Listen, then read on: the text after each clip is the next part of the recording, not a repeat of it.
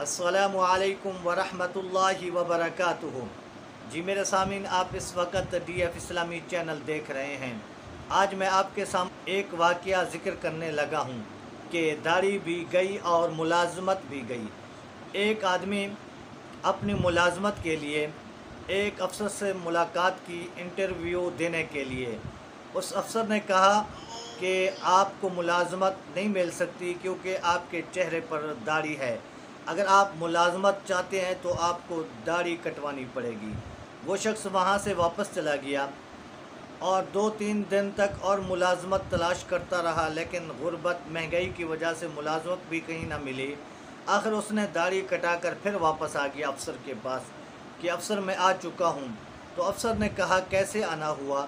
تو اس نے کہا کہ آپ نے کہا تھا کہ اگر آپ ملازمت چاہتے ہیں تو پھر آپ کو داڑھی کٹوانی پڑے گی، تو اس لیے میں داڑھی کٹوا کر آ گیا ہوں۔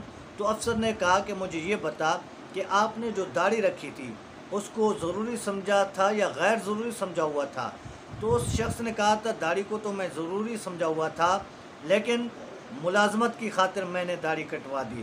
تو اس افسر نے کہا کہ جب تو نے پیارے محبوب کی سنت کو کاٹ کر پیارے محبوب سے تو نے غداری اور بے وفائی کی، تو پھر آپ ہمارے افسروں کی تو آپ کیسے وفادار بن سکتے ہیں؟ اس لیے ہم آپ کو ملازمت نہیں دے سکتے۔ داڑھی بھی گئی، ملازمت بھی گئی۔ رب العزت کی بارگاہ میں دعا ہے رب العالمین ہم سب کو قرآن اور سنت کے مطابق زندگی گزارنے کی توفیق عطا فرمائے۔ السلام علیکم ورحمۃ اللہ وبرکاتہ۔